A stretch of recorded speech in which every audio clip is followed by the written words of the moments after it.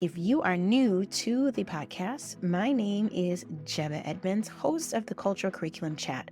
I am so excited for you to listen today. We have in the guest chair, Mr. Sean Mayberry.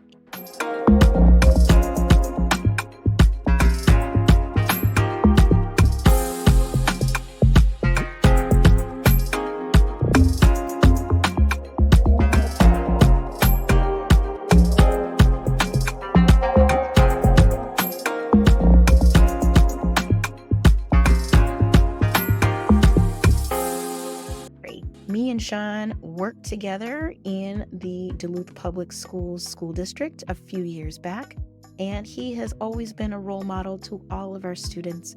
Sean Mayberry received his specialist degree in educational leadership for administration licensure from Minnesota State in Mankato, and is currently the Dean of Students for 5th grade at Fridley Public School. His professional positions include Student Achievement Specialist, College and Career Counselor, Diversity Coordinator, and Fitness Coach. Sean is also a member of the Armed Forces. He served 8 years in the Minnesota Army National Guard with a deployment to Iraq in 2019 to 2020. Upon return from deployment, Sean switched military branches to the Minnesota Air National Guard. In the Air Force, Sean is a tech sergeant in services. In addition to his busy schedule assisting in his professional life, Sean serves as a youth girls basketball coach. And I'm so excited to have this conversation with him today. So, without further ado, we're going to listen to my conversation with Mr. Mayberry. I have to tell you, we go way back. Sean and I used to work in the Duluth Public School District. I feel like, and you can correct me, but you were dealt with a lot of wonderful students in our elementary school we worked at. A lot of the kids saw you as a liaison, a role model, and your passion for that. So just share with our educator friends here, Sean, your backstory. How did you grow up in this education space? For starters, Jebeh, thank you for having me. It is so wonderful to see you again. I know it's been so long, and I am just so happy to see where your journey has led you. I don't know, from the classroom to now just inspiring and doing your culture work. So thank you for having me. So for the audience, I'm originally from St. Paul. I grew up in St. Paul all the way through about 4th grade. So after 4th grade, that summer is when we commuted to Duluth. But what most people didn't know about me, before I even touched down in Duluth with my family, my father's mother was already living in Duluth. So I went through ISD 709 from 5th grade all the way through high school. So I went to Woodland when Woodland was a middle school in Duluth.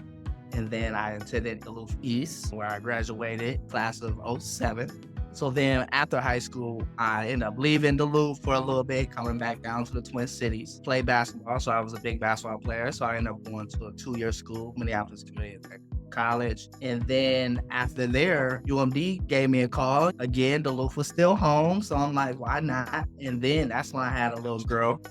Harmony was born after my freshman year of college. So just coming back home and being around family and friends and the environment in which I grew up in was just so beautiful for me.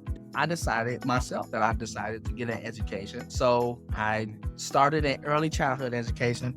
I started working with kids as a para, and I just remember when I was a young kid and the educators and the mentors that reached down to me and helped me having a great experience coming up and growing up in the circumstances that I were in.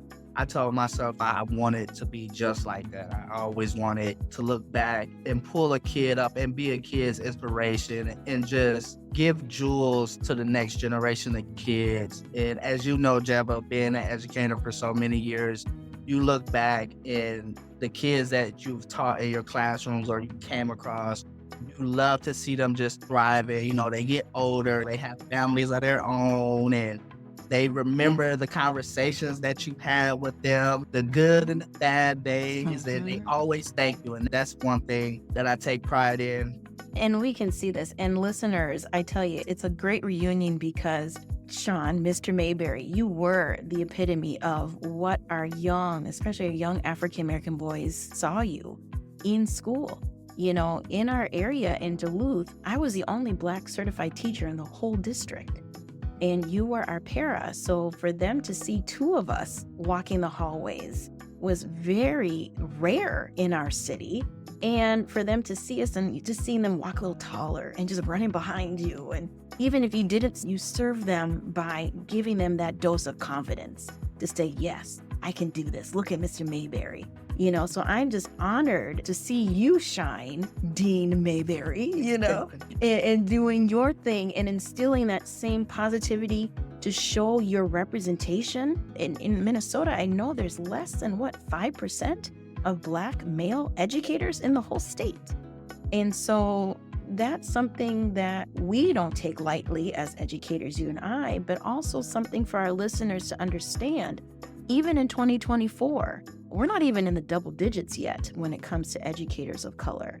And so when we're doing this work and lifting our students up, it feels good to see, Sean, you are instilling that full circle moment. Just wait till, your students become the next dean in their schools that they're instilling. Oh, I just love it. Love it. Love it. Can you just share with us too, your parents? I remember little Harmony, when she was in the elementary school space at our school together, and now seeing them grow. But as a parent, what do you want our listeners to come away with when it comes to having those multicultural experiences with your child, with all people?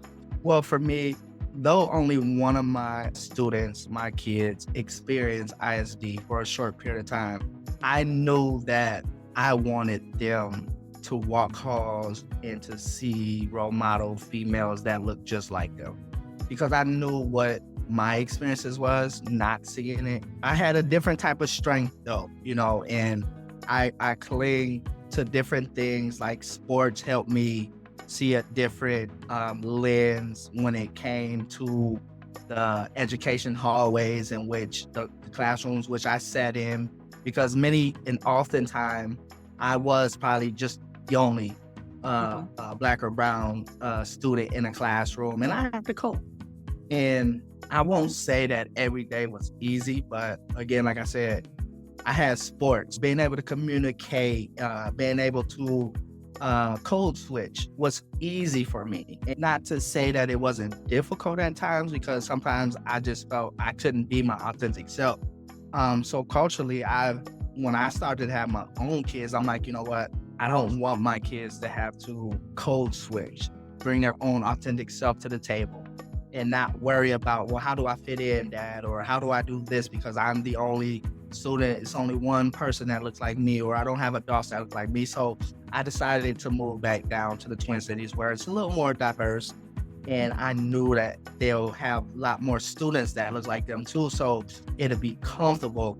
So what I really want our listeners to know that our presentation is everything for our babies, and for them to see role models and to see themselves in the people that show up in their education buildings. Because like I said in the beginning, I know that my kids now that come in my building have a sense of belonging, and they feel this space that they are in, they have some ownership of it, because they do have people that look like them, resemble them, may have some common ground that they have.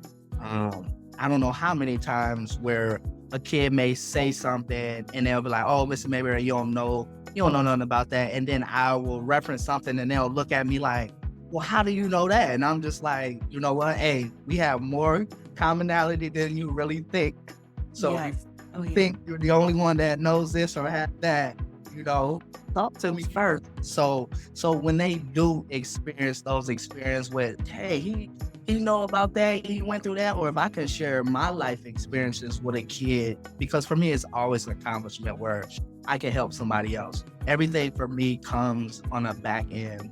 Like I was telling you earlier, Jebeh, where you could just look back and you have one or two come up to you and tell you how inspired you made them, and because of this they went on and did that. That's the gratification that I get. Yes, and even starting as an educator was always, they'll never remember what you taught them, but how you made them feel, and that is huge. And even how you said that too, Sean, is all of your students are watching you. And that, to me, making them feel like they belong, making them feel safe.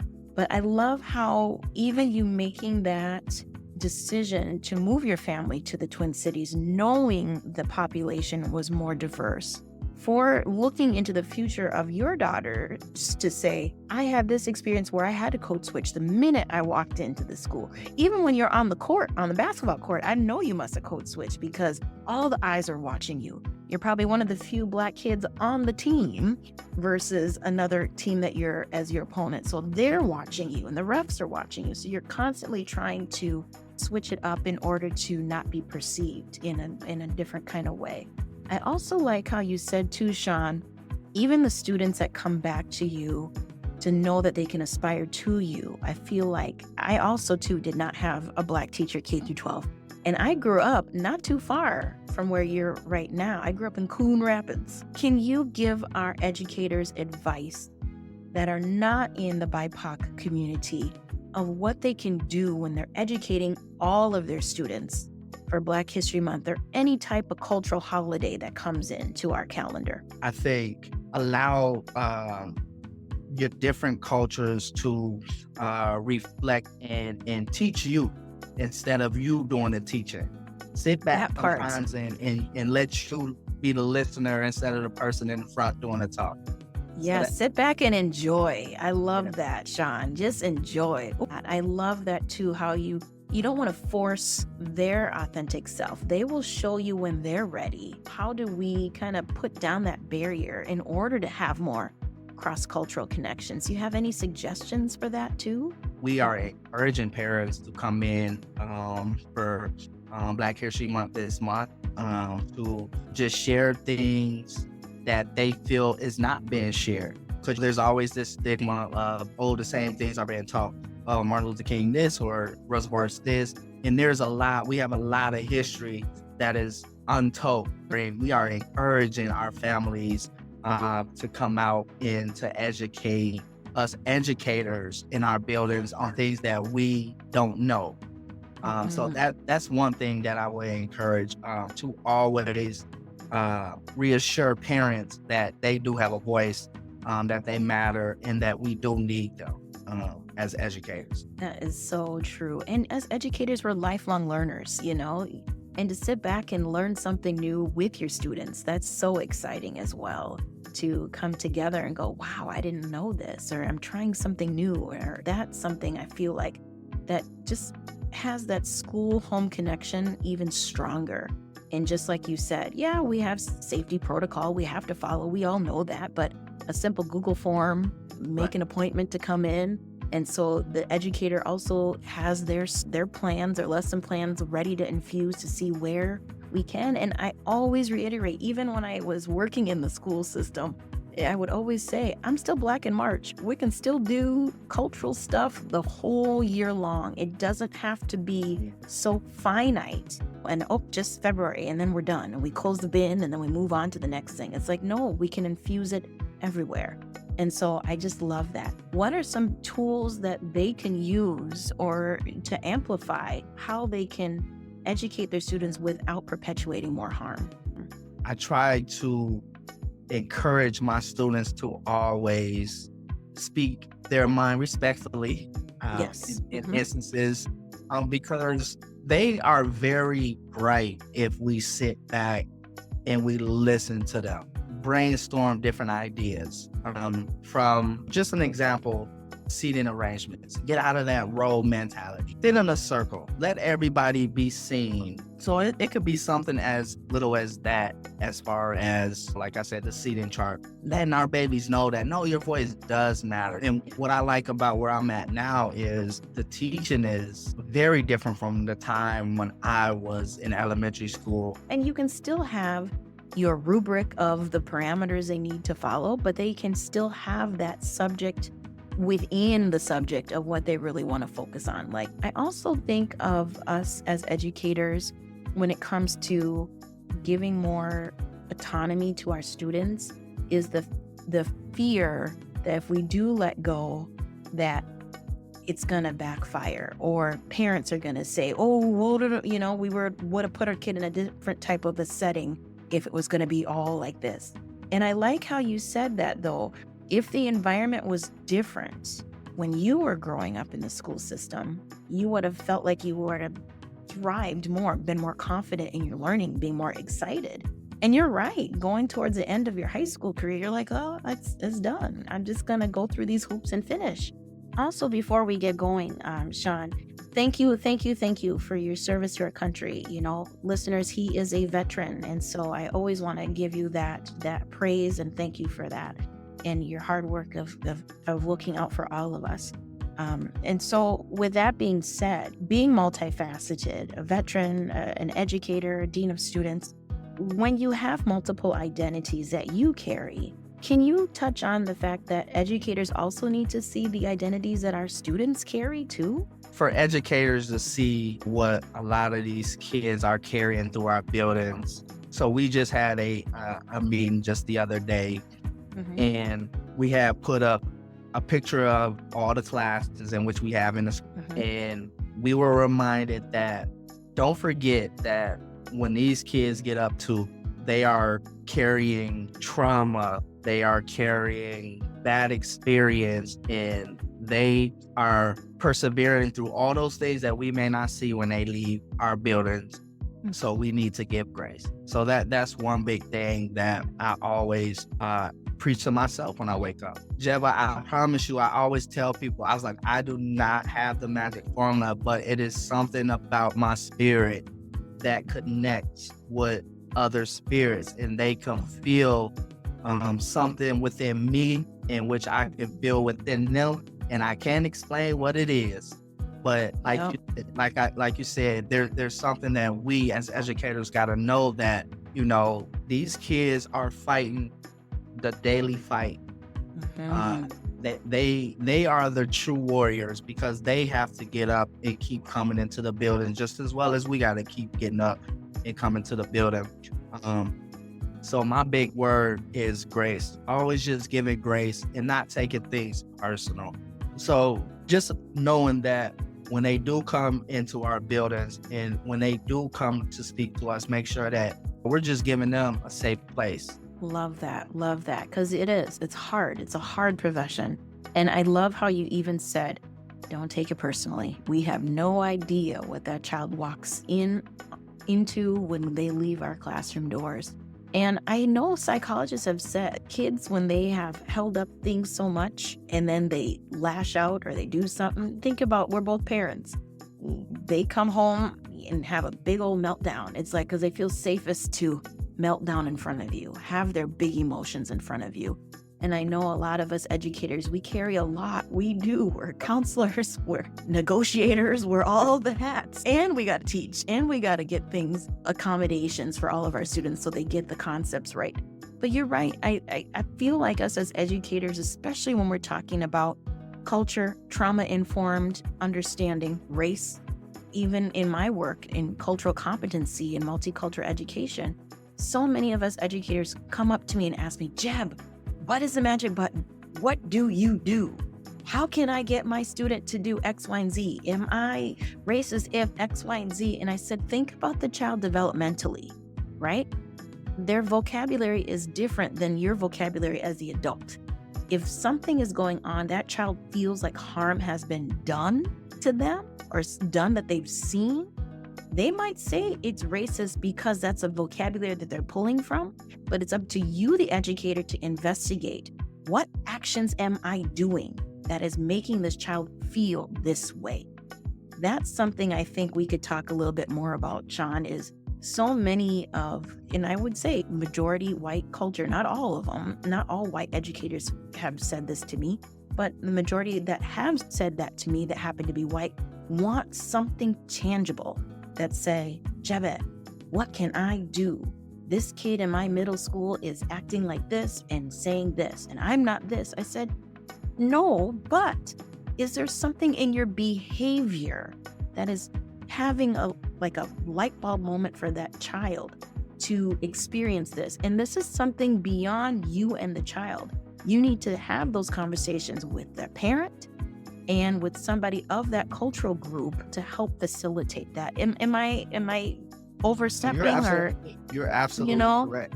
No, you, because we want to acknowledge, we want to acknowledge that harm was done. Harm has been done. yeah. And how do we restore that relationship? So is there anything else you want to add or continue? To just piggyback off of that, so you asked, how do we restore that type of relationship? Normally, what I would do, the first thing I would always ask my teacher or adult is, what connections have you made with this child versus teacher-student, all right? Because it could be very different if you get on a personal level, because it could be two different things. I can connect with you differently without you having your teacher hat on versus you just being your regular self, making sure that we have different hats for our kids and to know. So again, that teacher-student relationship versus I'm taking my teacher hat off and now I'm just a regular human being, safe adult that just want to make sure that you're okay. So for our listeners, that is key, because even you and I, like you said, we have kids. So sometimes, or even your kids, they don't need you to be mom at that moment. They just need you to listen. Even my kids, they don't need me to be dad in a moment. Sometimes they need me to just listen. Don't be my disciplinary right now. Just be my ear and just hear what I need to say and let me get it out to you. Because like you said, they just know that that's just a safe human being that they feel comfortable with. Love that, Sean. So before we go, is there anything else, Sean, you'd like to share with us before we wrap up today? First, I'm like, again, I was just so excited to be here with you, Jebeh.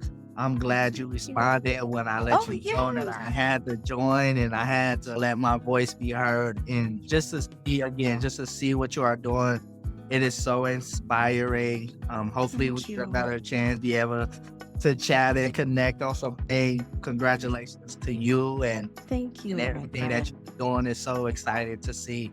And before I leave, lastly, just for the audience, just know relationships are key for our Black and brown babies. The work, no one said it was going to be easy. I had not imagined in a million years that I will hold a role that I hold right now. Lord knows, while I was going through my process of getting my administration license, it's been plenty of days where I was just like, I'm not about to finish this. Don't need it yet.